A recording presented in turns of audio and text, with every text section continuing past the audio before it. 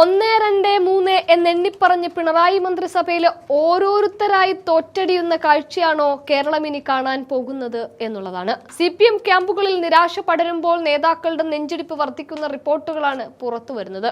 വോട്ടെണ്ണാൻ മണിക്കൂറുകൾ മാത്രം ബാക്കി നിൽക്കെ എക്സിറ്റ് പോളുകൾക്കപ്പുറത്തുള്ള ഒരു വമ്പൻ കോൺഗ്രസ് തരംഗം കേരളത്തിൽ ആഞ്ഞടിക്കുന്നു എന്ന സൂചനയാണ് UDF കേന്ദ്രങ്ങൾ നൽകുന്നത്.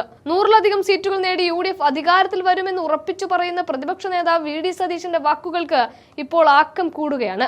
കേരളത്തിൽ ആഞ്ഞടിച്ച ഭരണവിരുദ്ധ വികാരത്തിന്റെ പൂർണ്ണ ഉത്തരവാദിത്തം മന്ത്രിമാർക്കായിരിക്കുമെന്നും അതുകൊണ്ട് തന്നെ അവർ കൂട്ടത്തോടെ തോറ്റടിയുമെന്നും അദ്ദേഹം നേരത്തെ തന്നെ പ്രവചിച്ചതാണ്.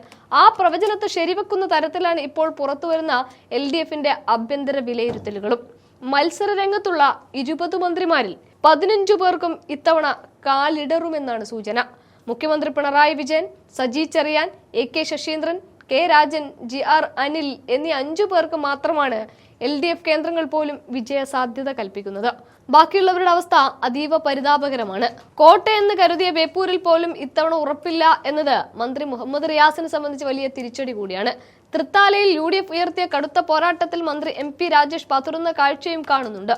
സാമ്പത്തിക പ്രതിസന്ധിയും നികുതി ഭാരവും ജനവിധിയിൽ പ്രതിഫലിച്ചാൽ കൊട്ടാരക്കരയിൽ KN ബാലഗോപാലിനും അടിതൊറ്റും. നേമത്തെ BJP UDF പോരാട്ടത്തിനിടയിൽ V ശിവൻകുട്ടിയുടെ നില അതീവ പരുങ്ങലുമാണ്.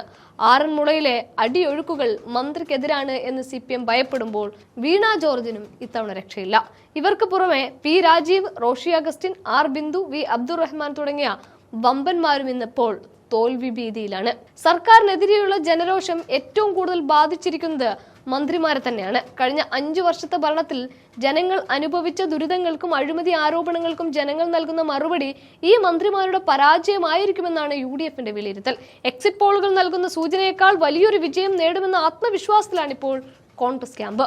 മെയ് 4-ന് ഫലം വരുമ്പോൾ സതീശൻ പറഞ്ഞതുപോലെ 100 സീറ്റുകൾ കടന്ന് UDF കുതിക്കുമോ? മന്ത്രിമാർ കൂട്ടത്തോടെ തോറ്റടിയുന്ന അത്യപൂർവമായ രാഷ്ട്രീയ നീക്കത്തിന് കേരളം സാക്ഷ്യം വഹിക്കുമോ? ഇടതുപക്ഷത്തിന് എവിടെയാണ് പിഴച്ചത്?